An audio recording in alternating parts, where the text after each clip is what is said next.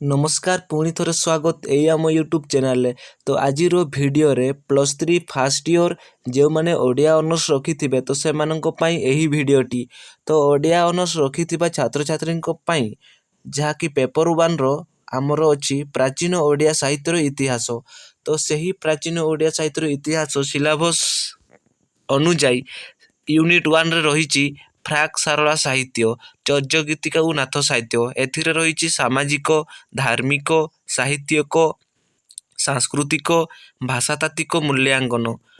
Unit 2 रे रही सारला साहित्यर सामाजिक सांस्कृतिक और साहित्यिक मूल्य। यूनिट 3 रे रही बलराम दास और जगन्नाथ दास विशेष अध्ययन। तो यूनिट 4 रे रही अनंत दास जशवंत दास और अच्युतानंद दास विशेष अध्ययन। तो आज आम आलोचना करवा फ्राक सारला साहित्य जहाँकि चर्य गीतिका और नाथ साहित्य जहाँकि यूनिट 1 फ्राक भाषा साहित्य एक निरवंचीन धारा स्रोतसिनी परी तार गतिपथ वैचित्र्य मंडित। यही गतिपथ केतेबेले गंभीर धीर मंत्र पुणी केतेबेले ललित मधुर मनीषर रसमय भावमय अभिव्यक्ति को नहीं साहित्यर गति। मनीष हेउची साहित्यर प्रधान उपादान और मनीष को छाड़ी साहित्य अकल्पनीय। प्रथमे मनीषर सृष्टि प्रकृति और परिवेश सहित संग्राम करी मनीषर होईची क्रम विकास। आरण्यक जीवनरु क्रमश मनीष कृषि सभ्यता और गोष्ठीबद्ध जीवन और नगर सभ्यता को आसीची ता सहित संस्कृतिर होईची उन्मेष और विकास। यही संस्कृति सहित सृष्टि होईची साहित्य। संस्कृति केतेबेले होईची साहित्यर एवं साहित्य केतेबेले होईची संस्कृतिर प्रेरणा। भाषा होईची एसबुर प्रकाश माध्यम। भाषार विवर्तन मध्य देई साहित्यर होईची विवर्तन। यही विवर्तन अनिवार्य। ओडिया साहित्यर इतिहास को मुख्यतः 3टी जुगर विभक्त करा जाए यथा प्राचीन जुग मध्य जुग आधुनिक जुग। तो प्राचीन जुग 3टी पर्याय विभक्त यथा क रे फ्राक सारला जुग ख रे सारला जुग ग रे पंचसखा जुग। तो मध्य जुग 3टी पर्याय विभक्त यथा क रे फ्राक रीति जुग ख रे मध्य रीति जुग ग रे उत्तर रीति बा गीति जुग बा संगीत जुग मध्य कहा जाई थाए। आधुनिक जुग को 5 भाग रे विभक्त करा जाए यथा क रे राधानाथ जुग ख रे सत्यवादी जुग ग रे सबुज जुग घ रे प्रगति जुग उ रे अत्याधुनिक जुग बा प्रयोगवादी जुग। अपात दृष्टि यही काल विभाजन करा जायछि। प्राचीन जुग सारला जुग बा सारला साहित्य पर्यंत सीमाबद्ध। साहित्य ओडिया साहित्यर इतिहास रचना करने को जाई समालोचक माने नाना दृष्टिकोण जुग विभाजन करिसंती। समाज और मनीष जीवन जेपरी परिवर्तनशील साहित्य सेहीपरि बहु भाव परिवर्तित। जेतेबेले समाज रे विरोध बा विप्लव देखा देइछि सेतेबेले साहित्य मध्य सेथि प्रति उद्ग्रीव होई पड़िछि। तेणु ए दुहे केही काहारी को छाड़ी पारि नाहांती। कालक्रमे समाज और मनीष जीवनर धारा बदलुची जहाकु कुहा जाइछि समाज धर्म और जुग धर्म। सेहीपरि साहित्य मध्य बदलुची और जुग साहित्य नाम धारण करिछि। तेणु जुग साहित्यर प्राचीन मध्य और आधुनिक प्रवृत्ति विभागीकरण करा जाइछि और स्वतंत्र अस्तित्व को काले काले स्वीकृति देइछि। वाल्मीकि व्यास कालिदास होमर शेक्सपियर रवींद्रनाथ साहित्य विश्व साहित्यर विस्मयबोध और व्याप्ति को बलिष्ठ संकेत प्रदान करिछि। एमाने हुए तो लोकमानसरु केबे अपसृत होई जाई पारंती किंतु Ramayana Mahabharata Abhijnana Shakuntalam Iliad Odyssey Hamlet Gitanjali रसनिष्ठ लोककल्पनारु केबे हेले तिरोहित होई न पारंती। विश्व मानवर चिंता और कल्पना को अपूर्व विस्मयानुभूत भावरसरे रंजित करी बलिष्ठ मानवीय आवेदन एमानक प्रसिद्ध और ऐश्चर्य वास्तव कालजयी। सेथिलागी तो ଏମାନେ ମଣିଷର ଭାବରାଜ୍ୟର ଅଧିପତି ଓ ଶ୍ରେଷ୍ଠ ସମ୍ପଦ ରୂପେ ସମ୍ମାନସ୍ପଦ ଆସନର ଅଧିକାରୀ ହୋଇ ରହି ଆସିଛନ୍ତି ଯୁଗ ଯୁଗ ଧରି। ସାହିତ୍ୟର କଥା ହିଁ ମଣିଷ ଜୀବନର କଥା। ମନୁଷ୍ୟର ଜୀବନଧାରା ଯେପରି କାଳେ କାଳେ ପରିବର୍ତ୍ତନ ହୁଏ, ସାହିତ୍ୟ ମଧ୍ୟ ଯୁଗର ଆହ୍ୱାନରେ କିମ୍ବା ସମୟର ତାଡ଼ନାରେ ପରିବର୍ତ୍ତନଶୀଳ। ଏଥିଲାଗି ସାହିତ୍ୟର ନବଜନ୍ମ ହୁଏ, ନବୀନ ଜୀବନୀ ଶକ୍ତିର ପରିପ୍ରକାଶ ଘଟେ। କାଳର ପ୍ରଗତି ସହିତ ଏହି କାରଣରୁ ଏହାର ମଧ୍ୟ ନବକଳେବର ଧାରଣ ଓ ନବୀନ ଯୁଗର ନୂତନ ସାହିତ୍ୟ ପରିଦୃଷ୍ଟ ହୁଏ। ଏହି ସଂକେତର ଚର୍ଯ୍ୟପଦକର୍ତ୍ତା କାହ୍ନୁପା, ଲୁଇପା,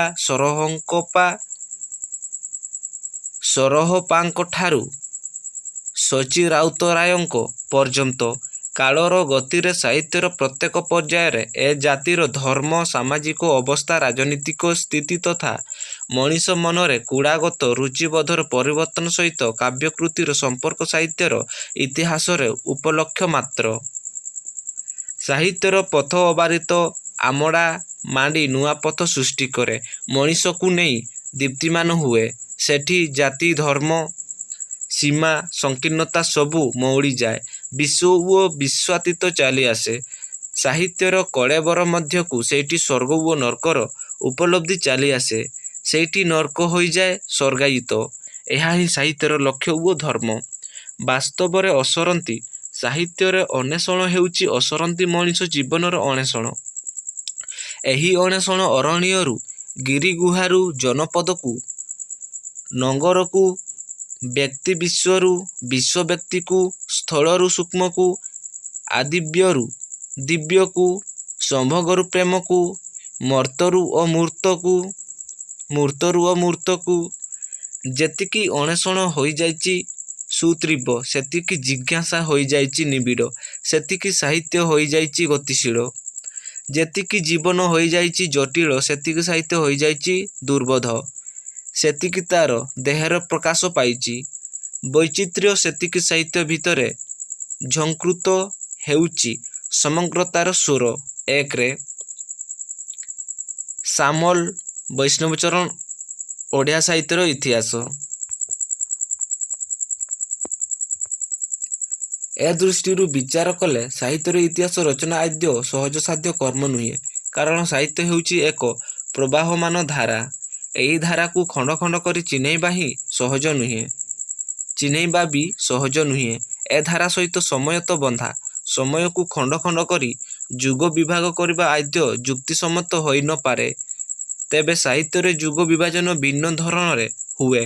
ଅନେକ ସମୟରେ ବିଶିଷ୍ଟ ଲେଖକ ବା କବିଙ୍କ ନାମାନୁସାରେ ଯୁଗକୁ ନାମିତ କରାଯାଇଥାଏ। କାରଣ ସେହି ଲେଖକ ବା କବିଙ୍କ ପ୍ରଭାବ ସେହି ଯୁଗକୁ ଥାଏ ଅପ୍ରତିହତ। ତାଙ୍କ କାବ୍ୟ ଶୈଳୀ ହୋଇଯାଏ ସେହି ଯୁଗର ସମସ୍ତ କବିଙ୍କର କାବ୍ୟ ଶୈଳୀ। ଏପରିକି ପରବର୍ତ୍ତୀ ଯୁଗରେ ମଧ୍ୟ ତାର ପ୍ରଭାବ କିଛି ପରିମାଣରେ ଦେଖିବାକୁ ମିଳିଥାଏ। ଏହି କ୍ଷେତ୍ରରେ କବି ହୋଇଯାଏ ଯୁଗର ପ୍ରତିନିଧି, ଆଉ ଯୁଗ ହୋଇଯାଏ କବିର ଯୁଗୀ ଓ ମଣିଷ ହୋଇଯାନ୍ତି କବିର ଆଧେୟ। ଯୁଗ ପ୍ରବୃତ୍ତି ହିଁ ତାର ରଚନାରେ ପ୍ରବୃତ୍ତି ହୁଏ। 2ରେ ସାମଲ ବୈଷ୍ଣବଚରଣ ସମାଲୋଚକ ମଧ୍ୟପର୍କ। ବାସ୍ତବରେ ଯୁଗରେ ସଚେତନ ବିନ୍ଦୁଟିଏ ହେଉଛି ଲେଖକ। ସାହିତ୍ୟ ଯଥାର୍ଥରେ ଯୁଗୀୟ ଆତ୍ମାର ପ୍ରତିଧ୍ୱନି। ଯୁଗ ଯେତେବେଳେ ପର୍ଯ୍ୟନ୍ତ ଜୀବନ୍ତ ସେ ପର୍ଯ୍ୟନ୍ତ ତାହା ସତ୍ୟ। ଯୁଗରେ ଲେଖକଟିଏ ଜନ୍ମ ନେଇ ଯୁଗ ଭିତରେ ମୃତ୍ୟୁବରଣ କରେ ନାହିଁ। ପ୍ରତିଭାବାନ ସ୍ରଷ୍ଟା ରୂପେ ସେ ବଞ୍ଚି ରହେ। ଯୁଗକୁ ଯାହା ଦାନ କରିଯାଏ ତାହା ହୁଏ ଭବିଷ୍ୟତ ପାଇଁ ସନ୍ଦେଶ। ସହଜେତ ଲେଖକଟି ଆତ୍ମସଚେତନଶୀଳ ସ୍ୱାଧୀନତା ମଣିଷ। ଏହାରି ସାହାଯ୍ୟରେ ସେ ଯୁଗର ଜଡ଼ତାକୁ ଭାଙ୍ଗେ, ଅଜ୍ଞାନ, କୁସଂସ୍କାର ଓ ମିଥ୍ୟର ଆବେଗକୁ ଦୂର କରେ। ସତ୍ୟଧର୍ମୀ ମଣିଷଟି ହୋଇ ନିଜର ସୃଷ୍ଟିର ବଳୟ ତଥା ଯୁଗୀୟ ପରିଧି ମଧ୍ୟରେ ଚିରଞ୍ଜୀବୀ ଶାଶ୍ୱତ ମଣିଷଟିଏ ହୋଇ ବଞ୍ଚି ରହେ। ଅତଏବ ଯୁଗ ଓ ସ୍ରଷ୍ଟା ପରସ୍ପର ପରିପୂରକ। ସ୍ରଷ୍ଟା ଯୁଗର ଆକାଂକ୍ଷାକୁ ଉପଲବ୍ଧ କରେ, କ୍ଷୁଧା ଓ ଅସନ୍ତୋଷକୁ ଅନୁଭବ କରେ। ଯୁଗର ବିରୋଧ ସତ୍ତ୍ୱେ ନିର୍ଭୀକ ଚିତ୍ତରେ ସେହି କ୍ଷୁଧା ଓ ଅସନ୍ତୋଷକୁ ନିଜ ସୃଷ୍ଟିରେ କଳେବର ମଧ୍ୟରେ ସ୍ଥାନିତ କରି ସମାଜର ଏକ କ୍ରାନ୍ତିକାରୀ ସ୍ରଷ୍ଟା ଆସନରେ ଆସୀନ ହୁଏ। ଏହାପରେ ଆଉ ନିର୍ଦ୍ଦିଷ୍ଟ ଯୁଗ ଭିତରେ ସୀମାବଦ୍ଧ ନ ହୋଇ ଆଗାମୀ ଯୁଗ ପାଇଁ ହୁଏ ଉତ୍ପ୍ରେରକ। କଳା ଏକ ସାମାଜିକ ପ୍ରକ୍ରିୟା। Arts is a social activity. ଏହା ମଧ୍ୟ ସ୍ୱାଧୀନତାର କୌଶଳ।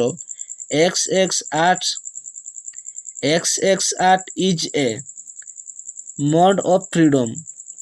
ସ୍ୱାଧୀନତାର ଏହି ଅନ୍ତର୍ଧ୍ୱନି ହିଁ ସାହିତ୍ୟ କର୍ମର ମୌଳିକ ଉତ୍ସ। ଏହି ଅନ୍ତର୍ଧ୍ୱନି ଯେତିକି ସୁତୀବ୍ର, ସ୍ପଷ୍ଟ ଓ ଶାଣିତ ହୁଏ, ସେତିକି ତାହା ହୃଦୟରୁ ହୃଦୟକୁ ଛୁଏଁ, ବ୍ୟକ୍ତିବିନ୍ଦୁରୁ ବାହାରି ସମଗ୍ର ସାମାଜିକ ବୃତ୍ତକୁ ଛୁଇଁଥାଏ। ତେଣୁ କୌଣସି ଯୁଗୀୟ ସାହିତ୍ୟ ସର୍ଜନ ସମ୍ଭାରକୁ ବୁଝିବାକୁ ହେଲେ ଆବଶ୍ୟକ ହୁଏ ଯୁଗ ସଚେତନତା। ଏହି ସଚେତନତାରୁ ସୃଷ୍ଟି ହୁଏ ଇତିହାସ ସଚେତନତା। ଏଥିରୁ ସେ ସମୟ ଐତିହାସିକ ପ୍ରବୃତ୍ତି, ସାଂସ୍କୃତିକ ପ୍ରବାହ ଓ ଜନଜୀବନର ଚାହାଣୀ, ଚଳଣି, ଚମକ ସମ୍ପର୍କରେ ତାକୁ ଅବହିତ ହେବାକୁ ହୁଏ। 4. ସାମଲ ବୈଷ୍ଣବଚରଣ ଓଡ଼ିଆ ସାହିତ୍ୟର ଇତିହାସ। ଉପରୋକ୍ତ ଆଲୋଚନା ପରିପ୍ରେକ୍ଷୀରେ ବିଚାର କଲେ ସାହିତ୍ୟର ଇତିହାସ ଐତିହାସିକ ଘଟଣାବଳୀର ଇତିହାସ ନୁହେଁ। ଏଥିରେ ବ୍ୟକ୍ତିର ସ୍ରଷ୍ଟା ଜୀବନଚର୍ଯ୍ୟା ବଡ଼ କଥା ନୁହେଁ। ବଡ଼ କଥା ହେଉଛି ତାର ସାହିତ୍ୟର ବିଶ୍ଳେଷଣ। ସେହି ସାହିତ୍ୟ କେତେ ପରିମାଣରେ ଯୁଗୀୟ ଭାବନାକୁ ଗ୍ରହଣ କରିନେଇଛି, କେତେ ପରିମାଣରେ ଯୁଗର ମଣିଷମାନଙ୍କୁ ଉତ୍ପ୍ରେରିତ କରିଛି, ତାହାକୁ ବିଚାରକୁ ନେବା। ଏଥିରୁ ସାହିତ୍ୟର ଅତୀତ, ବର୍ତ୍ତମାନ ଓ ଭବିଷ୍ୟତର ସ୍ଥିତି ସମ୍ପର୍କରେ ସ୍ପଷ୍ଟ ଧାରଣା ହୁଏ। ଯଥାର୍ଥରେ ଇତିହାସ ଯେପରି ହୁଏ, ସାହିତ୍ୟର ଭୂମିକା ସାହିତ୍ୟ ହୁଏ ଇତିହାସର ସଂଖ୍ୟାତ୍ମକ ପ୍ରତିରୂପ। ଏହି ଦୃଷ୍ଟିରେ ଓଡ଼ିଆ ସାହିତ୍ୟର ଇତିହାସ ବିଚର୍ଯ୍ୟ।